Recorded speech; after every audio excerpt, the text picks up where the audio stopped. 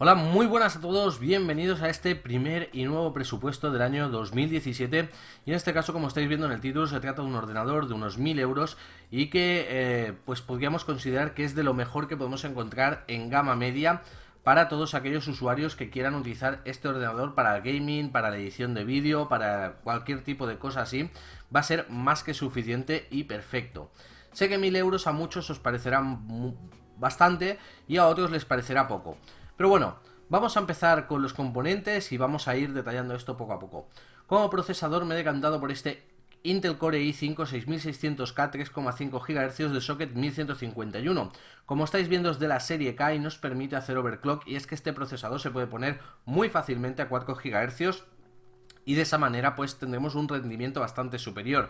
En cuanto al procesador, hablamos de un procesador de 4 núcleos con compatibilidad para memoria DDR4, un TDP de 91 vatios. TDP, ¿vale? Que en otros canales he visto como dicen que TDP es el consumo. TDP no es el consumo, si el TDP son 91 vatios, será aproximadamente unos 120, unos 130.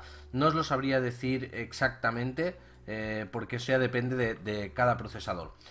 Pero bueno, va a ser más que suficiente para mover todos nuestros juegos actuales y en bastante tiempo, a lo largo del tiempo. Y este procesador es capaz de manejar tarjetas gráficas incluso como la GTX 1080, ¿vale? Vamos a pasar al siguiente componente y en este caso nos hemos decantado por esta placa base Gigabyte Z170X Gaming 3K3 de socket 1151. No es la más barata, no es la más cara, pero sí que es una placa base que en su relación calidad-precio triunfa muchísimo. Es una placa base con calidad muy alta y con esos toques de calidad de las gamas superiores de los Z170. Es decir, hay placas base de coste bastante más elevado que comparten muchas calidades con esta placa base, muchas cualidades. Y en este caso pues quiero que la veáis un poquito de cerca. Como estáis viendo, es una placa base con doble PCI Express de 16 líneas, 4 PCI Express de una línea. Los dos PCI Express de 16 líneas tenemos algo muy interesante, que es que el primero viene blindado, eso es seguro porque siempre vamos a usar una tarjeta gráfica, y en el segundo podríamos poner otra tarjeta gráfica, y hay que decir que esta placa base es compatible con tecnología Crossfire de AMD. Otra cosa es que tenemos un puerto M2, por si quisiéramos utilizar una unidad M2, varios puertos SATA Express, 4 DIMMs para memoria RAM, es decir, 4 sockets para DIMMs de memoria RAM, solo utilizaremos 2, y varias fases de alimentación que nos van a permitir un overclock sencillo sobre el procesador. No hay mucho más que decir, estéticamente es preciosa, pero eso es lo de menos. También nos encontramos con puertos USB 3.0 y 3.1, aunque no nos encontramos con el típico conector del tipo C reversible. Vamos a echarle un vistazo más por encima y como veis lo que os decía es compatible con Crossfire, con DDR4, tenemos conexiones SATA Express mejoradas de Gigabyte, compatibilidad con Crossfire, un chip Realtek ALC 1150 que mejora el sonido, que como veis es un chip blindado en una especie de encapsulado metálico que hace como de caja de Faraday para evitar interferencias. Es que el sonido va en una sección aparte, algo que estamos viendo ya muy de moda en las placas base actuales. Y también condensadores pues de estos de muy buena calidad. Aparte tiene soporte para 4K directamente si utilizamos el núcleo gráfico de nuestra CPU, cosa que no va a ser. Y por último deciros que soporta memorias hasta DDR4 2133. No hay mucho más que decir, chicos. El resto de prestaciones y especificaciones los podéis ver si clicáis en el link de la descripción del vídeo que os llevará a la placa base. Vamos a pasar al siguiente componente y en este caso considero que mínimo deberíamos de tener 8 GB de memoria RAM, pero para ir bien deberíamos de tener 16 porque ya estamos viendo cómo los juegos que están entrando en el mercado como Battlefield 1 y demás ya consumen bastante RAM, y si tenemos esos 16 GB vamos a poder utilizarlos, vamos a poder sacar provecho de ellos, y aparte de eso con este procesador pues también podemos hacer edición de vídeo, Photoshop y demás, y ahí sí que vamos a notar que esos 8 GB extras de memoria RAM van a ser muy bien utilizados por el procesador. Y en ese caso me he decantado por este kit Patriot Viper 4 Series, 16 GB en dos módulos de 8 GB cada uno. Son memorias a 2400 MHz con una latencia CL15. Hay que decir que, como habéis visto, la placa base solo soporta 2133 y no pasa nada, las memorias van a trabajar a 2133 y esa latencia va a bajar de CL15 a CL14. Son completamente compatibles, ¿vale? No hay ningún tipo de problema. Podríamos haber cogido memorias mejores, pero entonces habría que haber cogido también una placa base mejor, y me parece innecesario dado que de 2133 a 2400 la diferencia es casi nula. Ahora bien, si quisiéramos coger memorias 3000 MHz, pues entonces sí que notaríamos un poco la diferencia, pero no compensa en cuanto a la diferencia de precio. Es decir, las de 3000 MHz están mucho más elevadas de precio, las placas base que soportan también, y realmente el impacto en juegos y demás va a ser de un par de FPS, así que no compensa. No hay mucho más que decir de estas memorias, es el kit más sencillito y más barato que he encontrado. Sabéis que actualmente las memorias RAM están algo caras, pero bueno, ya lo tenemos ahí. Vamos a pasar al siguiente componente y en este caso vamos a hablar de la unidad de almacenamiento principal. Me he decantado por este Kingston HyperX Savage de 120 GB. Ya sabéis que yo utilizo esta unidad SSD y que está considerada de las mejores del mercado por detrás de los 850 Evo. Tiene una controladora Phison y una memoria RAM a modo de caché Nania que son una maravilla. La verdad es que por relación calidad-precio los Kingston HyperX Savage salen muy bien. Aparte son unas unidades bastante fiables, con bastante tiempo de vida. No hay mucho más que decir, chicos, más que suficiente para instalar nuestro sistema operativo y las dos o tres aplicaciones que necesitemos que carguen rápido, como puede ser Photoshop, Adobe Premiere, en el caso de que lo utilicéis. Ahora bien, comunidad de almacenamiento secundaria para los juegos. Bueno, vale, pues aquí ha habido algún pequeño lío, así que vamos a ir con la tarjeta gráfica, que debería haber saltado antes, es verdad, debería haber saltado antes.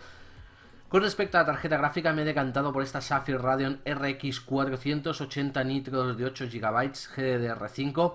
Voy a deciros que entre todos los ensambladores esta Sapphire Nitro es la mejor RX 480 que hay en el mercado y no es la más cara. Y por tanto eso merece la pena. En cuanto al rendimiento de los juegos vamos a hablar de 5 o 6 FPS más como máximo con respecto al resto de modelos. Algunos modelos como los de Asus, Strix y demás están más o menos a la par, o los Gigabyte, pero valen un poco más. Y en este caso pues sí que me gusta esta tarjeta gráfica y vamos a echarle un vistazo a las conexiones de salida, que como veis tiene pues HDMI, 3 DisplayPort y un DVI. Y aparte de eso, ¿por qué me he decantado por una tarjeta gráfica de 8 GB? Asaltador, ¿realmente necesitamos 8 GB para jugar a los juegos? No. Que no os engañen en otros sitios. Los 8 GB no están pensados para los juegos. Los 8 GB están pensados para cuando vamos a renderizar o para cuando vamos a utilizar gafas de realidad virtual, dado que vamos a poder almacenar esos cuadros por duplicado en la memoria RAM y gestionarlos mejor con respecto al chip. Lo ideal para solo juegos sería una RX de 4 GB, pero ¿por qué me decanto por esta de 8? Porque va a envejecer muchísimo mejor. Es decir, miremos a años vista. Yo puedo decir, yo quiero la tarjeta ahora para jugar, pero eso no quiere decir que dentro de 2 años nos hagan gafas de realidad virtual muy baratas y te compres unas, y entonces si tienes la de 4 GB sería un problema, porque tiene bastante pérdida de frames. La RX 480 yo la he probado con las Vive, ya sabéis, tengo las Vive por aquí, o sea, las tengo aquí, y realmente tiene pérdida de cuadros, ¿vale? Funciona mejor la 1060. Pero es que la de 4 GB aún es peor, o sea, el uso con las Vive en las de 4 GB es bastante peor. Así que esta tarjeta gráfica es lo mejorcito que tenemos en gama media. Ahora bien, lo que os decía, envejece mucho mejor ya en torno sea a rendimiento y a prestaciones, como también en precio. Imaginaos que esta tarjeta gráfica la queréis vender de segunda mano para compraros una nueva dentro de 2 o 3 años.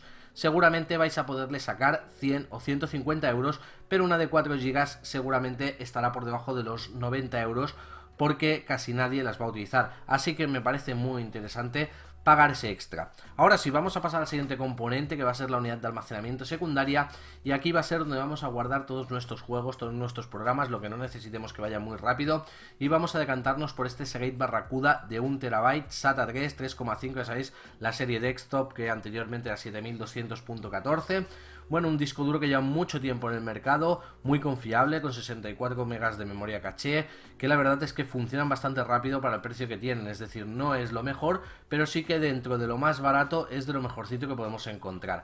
También hay los Western Digital, o sea, no hay ningún tipo de problema. Yo trabajo con las dos marcas y no he visto diferencia. Básicamente es que como los que más he usado yo personalmente y como opinión son los Seagate Barracuda y siempre me han dado muy buen resultado, pues es lo que pongo. Vamos a pasar al siguiente componente y en este caso vamos a montar todo el equipo en esta caja Knox Hammer MC con MDL blanco. Bueno, es una caja blanca. Mirad que no me gustan las cajas blancas, pero me parece una caja preciosa con esa iluminación extra por el exterior que podemos variar en varios colores y que aparte, pues como veis, tiene salida de aire por arriba, en el frontal, suficiente espacio para una instalación, como estáis viendo esto sería una instalación de ejemplo, y que aparte de eso pues la fuente de alimentación queda en esa parte de abajo, algo que está tan de moda, ¿no? Que la parte de abajo esté completamente tapada, y eso es algo que estéticamente va a quedar muy bien en los ordenadores. Aparte, como veis, podríamos poner el típico radiador doble para refrigerar nuestro procesador.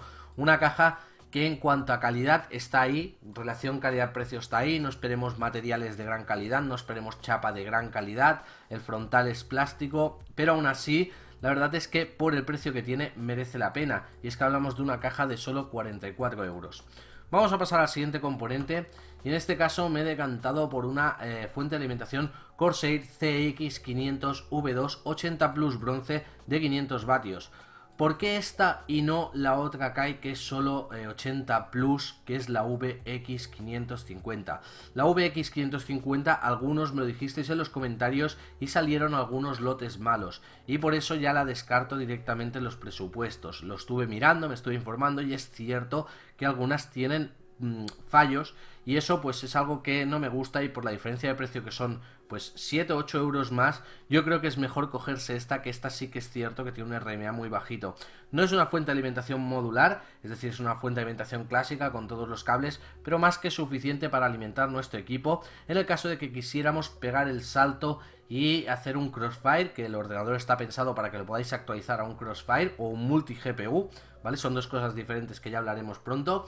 Tendríais que cambiar la fuente de alimentación por una pues de unos 650 para ir bien, pero bueno, para este equipo más que suficiente. Vamos a pasar al disipador, y en este caso no quería irme mucho de precio y me he decantado por este Cooler Master Hyper 212X, un disipador que la verdad es que muchos me lo habéis dicho, está muy bien, su relación calidad-precio, refrigera bastante bien, lo he probado, sí que puedo decir que es un buen disipador por el precio que tiene, y que va a ser más que suficiente para refrigerar nuestro procesador a 3,5 y a 4 GHz. Y esto es muy importante, si queréis hacer un overclock más alto de esos 4 GHz, buscaros una refrigeración líquida, recomendación personal, ¿vale? Una refrigeración líquida. Ahora bien, por último, ¿cuál es el total del presupuesto, Saltador? 1.027 euros con 53 céntimos, no incluye montaje y no incluye sistema operativo. Tampoco envío, es verdad, tampoco envío, ¿vale? Con envío pues serían unos 1.035, y si queréis montarlo pues 45 euros más, y el sistema operativo, dependiendo de donde lo cojáis, pues puede variar entre los 20 y los 100 euros, ya es una elección vuestra eso. Ahora bien, Asaltador, ¿qué mejorarías o qué no de este presupuesto? Yo, personalmente, si fuera para mí, yo cambiaría el disipador por una refrigeración líquida para poderle hacer un OC mayor, en caso de que lo necesitase. Actualmente no lo vas a necesitar. Otro punto débil que tiene es el Kingston HyperX Edge de 120 GB. Si pudiese, yo pagaría esos 30 euros de diferencia y pegaría el salto al de 240, que es el que uso yo, y que es un poco mejor en cuanto a velocidad de lectura y escritura. Aparte, 240 GB cuesta un poco más de llenar. Y ya está, no hay mucho más que decir, chicos. Ahora sí, ya habéis visto, primer presupuesto del año, pegando fuerte. Si os ha gustado el vídeo, sabéis que podéis apoyarlo con un like, compartirlo en las redes sociales o por supuesto suscribiros al canal para más vídeos. No tengo nada más que decir, yo creo que el presupuesto en sí lo dice todo. Y ahora sí, chicos, con esto me despido y hasta el próximo vídeo.